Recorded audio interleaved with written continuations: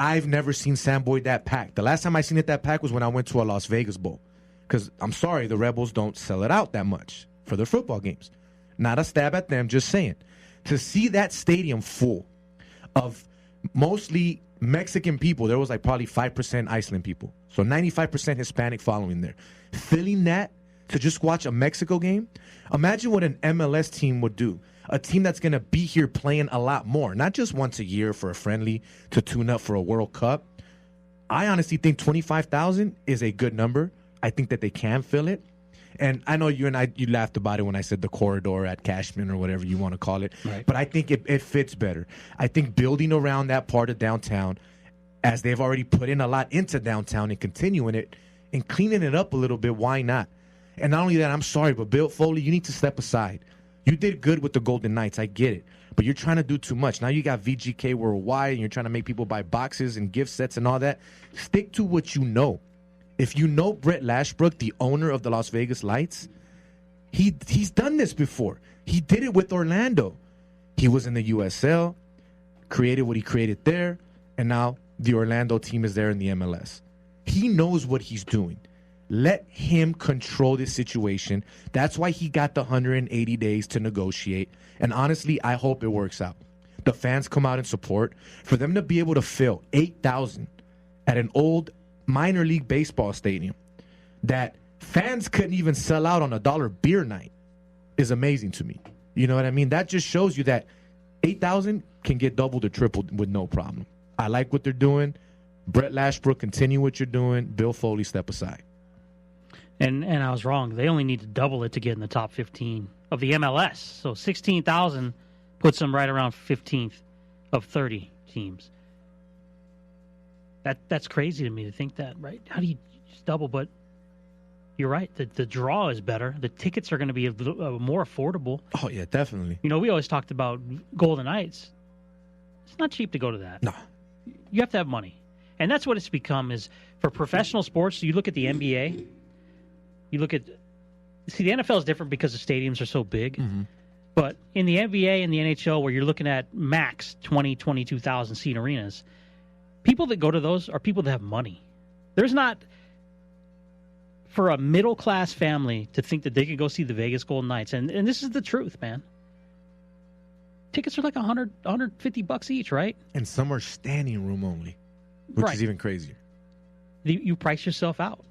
Now – you go soccer specific, and say you what do you make the facility 30,000 maybe? The new one that they're trying to build. Yeah, what were they? They're saying 25. They're looking at a 25. So even if they don't sell out and they get 16,000 there, it still looks relatively full. I mean, look, they're Atlanta. They're drawing 50,000 game. That's crazy.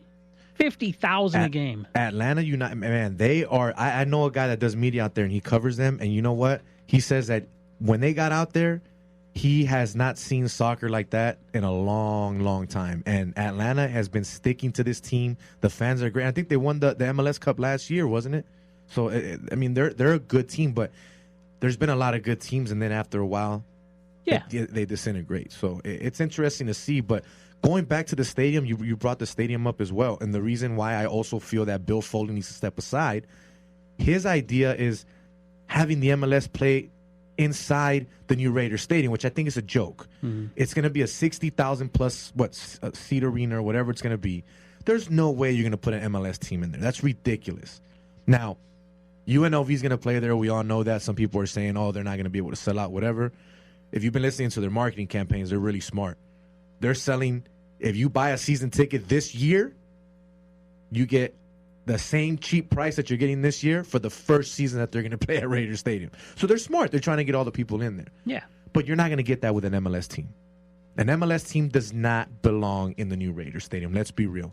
It's just too much of a stadium for not enough. You're not going to have that many people. 60,000 people are not going to go fill a soccer stadium. Let's be real. So you build a soccer-specific stadium where it's at. Exactly. Keep it where it's at, where people are comfortable and used to going to already, and just give them a new vibe around that part of downtown. Why not? Yeah, I think Foley might have some back-end deals with Raiders Stadium where he, Look, it's about money. We're not stupid. That's all it is. All about money. We love Bill Foley for what he did. But if Bill Foley sold the team tomorrow to make money, like, you can't hate on the man for that. Of course not. It's a business at the end of the day. It's a business at the end of the day, right? The business of making money. Winners. They haven't won anything, and he's made money. There's no doubt in my mind about that. Very true, man. Very true. So, do you mind if I give the Lights a little bit of a shout out here? Because they have been doing really good lately, by the way. And I got to get you to a game, Tim. We got to get you to a game, all right? You have kids. We got to take your kids, too. They'll love the game. Trust me. And tickets are cheap. If not, I got you, man. Don't worry about it. But, no, serious talk, man. They haven't been doing that good this year on the road. That's been one of their biggest things. They have a lot of road woes. But their last two games, one was at home, one was on the road. They beat two of the top four teams in the Western Conference. They just beat the number 3 team, the El Paso Locomotive, on the road last night. They beat them 1-0. Prior to that, when they beat at home, they beat New Mexico United, the 4th team in the West. At that time was the 2nd team in the West. So that's pretty good. Not only that, their goalkeeper, hometown kid, Tommy Olsen, 7 clean sheets on the season. If you guys don't know what that is, 7 games he has not allowed a goal, which is pretty sweet there. Their main scorer right now is Irvin Power with 8 goals on the season. He's also their captain.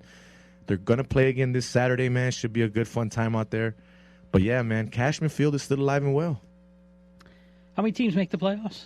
16? Is that right? I believe it's 16, yeah. So it's tough. It's 8-8 on each side. And it's a long season, too, isn't it? Right now they're 8th, so they're sitting in the final spot of the season in it now, but we got a lot of time to go. But they're getting their road woes fixed, which is great. That was their biggest issue there. But, yeah, other than that, man, I like what they're doing. And it'd be cool if hopefully sometime they do get in the MLS. And the biggest draw, if you guys did follow soccer, Eric Winalda is the head coach, if you guys did not know, U.S. soccer legend. First guy to score a goal in the MLS, by the way, if you guys did not know that as well, which is pretty sweet. But, yeah, I mean, go check them out. Tickets are cheap. It's fun atmosphere. Even if you don't like soccer, just go out and have a good time, man. You get access to Eric Winalda? Oh, yeah. After every single game, I'm on the field with them. And, I definitely get to talk to Eric. Real nice guy. You just don't want to talk to him after a loss. He literally tells you, nope, I'm out, and he goes out. So, but, yeah, it's a great time, man. Really great time. You know, the thing about the USL, and my belief is they're not financially tied in with the MLS whatsoever, right? But it is kind of like it's a development league in a way, because a lot of the teams are tied to MLS teams, which is crazy. And a lot of teams have progressed from that league to the MLS. You said Orlando, Minnesota, Cincinnati, Atlanta, all had teams in the USL. Look at Tampa. Tampa Bay is first in the East. They draw very well to essentially what is a AAA soccer league, right? Mm-hmm.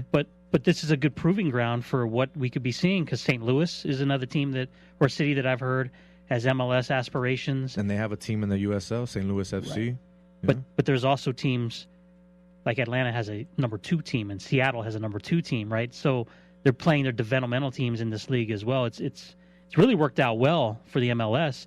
New York, New Jersey has a team as the Red Bulls. And it's crazy you say that, because as I'm staying here and we're looking at this at the table here, it is amazing how many teams are tied to MLS teams. Mm-hmm. But yet, like you say, I don't think they have any type of financial agreement or anything else going with these clubs, right? There's no way they're the actual developmental league for the MLS. No, because you just see a logo branded everywhere. But I think, and Eric Winalda, look, he's looking to get back a better job, right? He wants to go to the MLS and be a coach. And sometimes you got to cut your teeth somewhere. Why not keep him around, though, if you're going to try to make that MLS leap? If you like him, you would. Yeah. Now, I get it. If he's not good and the team is trash in the next couple of years, you got to make a change. But if they're doing good and they're finishing and they're making the playoffs, on that road to making this arena or stadium, if it does happen, why not keep the guy around? First MLS team in Vegas, and then you have this guy as the face of your franchise? I think that's a great move. Oh, the name carries a lot of weight. No doubt about that. Mm-hmm. Yeah, we'll get out there before the summer's over, for sure. Sounds good. We got to get you. What if they won a title? How big would that be? Think about that, right? We always talk about who's going to be the first team to win a title here. They're not considered professional, I get it, but so... Would it make a dent in the Vegas radar at all? As sad as I have to say, I would say no. Because the thing about it is there's still a lot of people that have no idea who this team is in Vegas. There's times where I'll be at work and I'm like, I'm this Saturday, I'm going to go do that. I'm going to, the who? The what? Your lights are up. No, the Lights FC. It's a soccer team. You know what I mean? People don't know who they are. And that's the thing. And it kind of ties into the WNBA. Mm-hmm. The Aces don't get as much respect as they should because everybody is stuck on the Vegas Golden Knights. We love the Knights. I get it. They were the first team here professionally, even though we had a minor league AAA team. But I get it. One of the big four leagues, they were the first one here. But if we're going to become an actual overall sports city, we got to embrace everybody, whether it's a minor league team to it being whatever it is. If there's people that are selling out the new ballpark in Las Vegas for the Aviators, whether they're good or bad, then it proves that we can support anybody and everybody here. And we have to keep showing that. And that's what sucks that this team hasn't gotten the exposure. I get it. It's the USL. Nobody has any idea who the USL even is. What would you say? You've been to many games. What's the media presence there? You really want me to get into that, don't you? Look. So, okay, let's be real. We have to be correct about it, though. Because you know me and you have the same feelings on this. I got it. And the thing about it is, and I'm not pointing fingers at any one media member. Let's get that correct, because I don't want anyone to think that I'm, trying to fight or go after anybody. I respect everyone in this game. I'm not here to make enemies. I'm here to make it in this game. With that being said, yeah, there's a lot of media members out here that only show up when it's needed, in their opinion. Mm-hmm. Like last year, there was a lot of people that we did not see at the Aces games. Towards the end, when they were going to make a playoff run, yep. Oh my God, you couldn't even find a media seat. It was crazy. Now, same thing with the Lights. Nobody cared about them last year. There was a couple media members that didn't go to one game last year, but Eric Ronaldo's here, and they've been to a couple games already. So if they made the finals, everybody would be hitting up Harry Ruiz for media credentials. You know that's how it works out here, man. But see, that's the good thing about cutting your teeth with what you believe as a whole, and I know you're in agreement with this. We want everybody to do well. We want to make sure that onus is known. So it's a good thing that guys like Harry Ruiz and John Maxwell recognize who was with them before, because you're right. Every media member in town wanted a Vegas media credential to Game 1 this year. Only certain few of us sat in certain areas, and I'll just leave it at that. That much respect to the man who decides who goes where, That is one thing, though, that I've realized that, and you and I have had this conversation many times. I'm going to take care of the people that are taking care of me. Mm-hmm. Whether the Lights are a smaller franchise, whether the Aces are a franchise that aren't cared about as much, I don't care. They care about me. They are a professional franchise. I get to cover them. They're helping me with my work. So I'm going to do whatever I can to keep that relationship right. And that's the thing. The way some of the media members out are here, it's just pick and choose. And I get it. Some guys are making good money. They've been in this business for 30, 40 years. They're super experienced. They know when they have to go, and they know what's news and what isn't. But I was even told by a friend of mine out here in the media that's been doing it for a while, way more than I am. This guy's a vet. He covered a small event. It was a small boxing event here in town. I commented on one of his things, and he's like, you know what? You would have been perfect for this. I thought about you. No matter how big or how small an event may be, you would have made this good. And you see what I'm saying? And that's the type of person that I'm trying to be. I want people to know that there's way more than just the Golden Knights out here. There's a lot of sports to be covered and a lot of respect to be given. Mm-hmm. But if you're not showing up to these events, don't hope to get a media credential for All-Star Weekend, this All-Star Weekend that's going to happen for the WNBA. A month away, yeah. Because just so you guys know, they are monitoring that. Let's just put it that way. I won't be there because it's my daughter's quinceañera. I'll be out of town, which sucks. But I will have someone there on behalf of Sudden Death Sports, which is cool, because that's another thing about John. I already have someone that can go on my behalf when I'm not there, and he's already added them to the media list. But because he knows that the people that I'm sending are actually there to work. We're not there to hang out and watch a game. Right. Do we enjoy ourselves? Oh, my God, 100% we do. But then we're also ready for when the game is over to do our job. You see what I'm saying? And that's what a lot of people don't understand. What are your thoughts on the new ball? Have you been out to the new ballpark for yes, I love it. Okay, so let me be Debbie Downer then real quick on this, because I think I know what you're going to say. Let's see. It's in Summerlin, right? Uh-huh. And they're drawing what? guys. How much they draw into these games. Here we go. I was waiting for Full this. houses, right? Selling them out. They have the record for the most. They have the most sellouts this year so far, and that's continued. That's been like a couple months now. It just continues to I know in the whole exactly league. what Oh, he's gonna say. they also at one point, if it still is, sold more tickets or selling more tickets per game than the Miami Marlins.